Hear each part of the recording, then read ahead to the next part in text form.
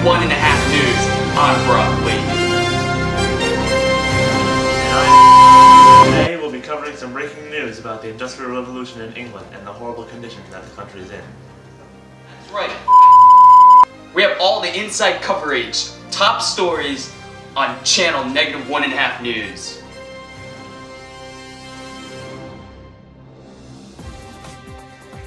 Earlier today, we sent John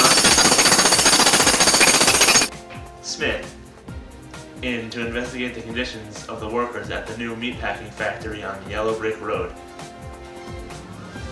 Let's check in with his investigation. John? Thank you. I'm currently inside the meatpacking factory as an undercover peasant. I'm here with one of the workers of the meat factory. Sir, what do you think about the working conditions in the industrial revolution? It's tough out here, man. Been working like 16 hours a day, man. It's crazy. Like, I have no time to sleep. I spend time with my family, man. It sucks. They all work too, man. Even my 3-year-old son. My wife complains to me how she don't get as much money as I do, man. Something needs to change. Uh-huh. Very interesting. You know, I'm not the only one who feels that way. Throughout the day, I received many other workers at this factory who said the exact same thing as what you said. I learned that the wages for all the workers are too low and the rent is too damn high. Workers complain of the dirty and unsanitary machines that they are forced to work with, not to mention how dangerous they are. Many people get sick or injured on the job because of these conditions, and they provide with no compensation.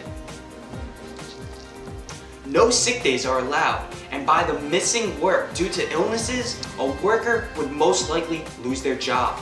Perhaps of the workers that got together and created a union, they could protest the terrible working conditions and get things changed. Right, Worker One? Well, I see you have no more to say. Back to you guys. Yes, John, working conditions are terrible right now. Like Worker One said, child labor is a problem that needs to be fixed now. Children have more dangerous jobs than adults in some cases. For example, some might be sent to help mine smaller areas where adults could not reach. Many accidents have occurred, injuring or killing children on the job. The treatment of children in factories is cruel and unusual, and the children's safety is generally neglected. If you have a heart or soul whatsoever, you will text YOLO SWAG to 1-800-JESUS to donate towards getting this problem fixed. Act fast and you will receive a small taxidermy bear for every $10 donation. This will help pay for kids' education and prevent them from going to work, as well as educate the masses.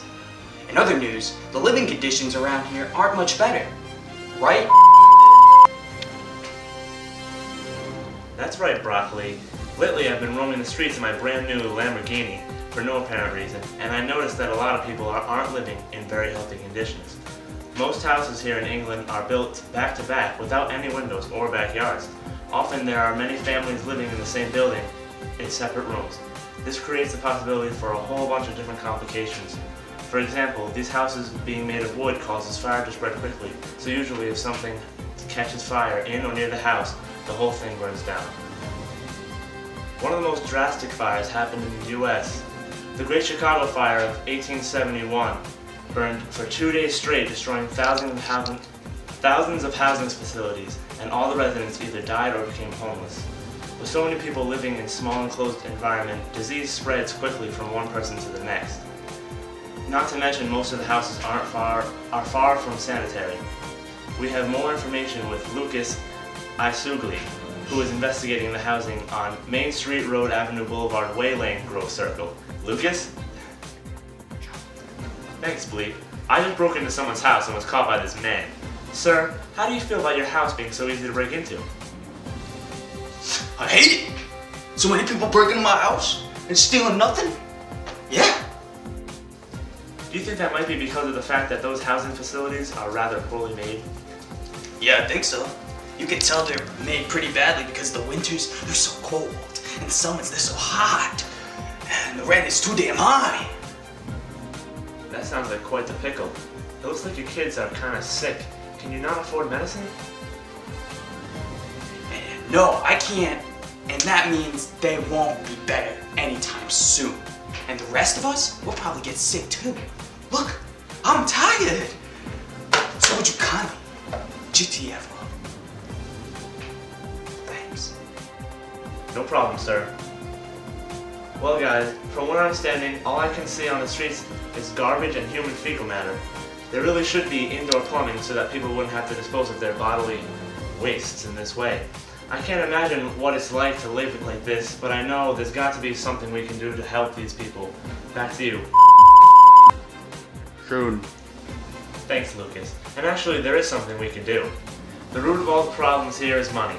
With more money, these workers can improve their houses by adding things that will make their lives much better. To get this money, the workers need to be educated. So the best solution seems to be free education. With a good education, the people will get better jobs and therefore have more money to spend on their houses. Lucas mentioned the waste and garbage being thrown out onto the streets. This is causing widespread pollution, which is another issue that needs to be dealt with. That's right. I have AIDS, and pollution needs to be stopped. The industries that are set up right now use coal as their prime resources for energy. Coal is burnt to heat the water, which then powers steam engines that run machines. Huge amounts of carbon particles are released into the atmosphere. The combination of smoke and fog produce smoke, which cover the cities like a thick blanket. This causes deaths in thousands due to respiratory disease. For instance, the Great Smog of London killed more than 4,000 people. Water is another prime resource to run machines and factories. The factories dump toxic industrial refuse in the rivers, thereby contaminating the same water system. The contaminated water is then being used for domestic purposes.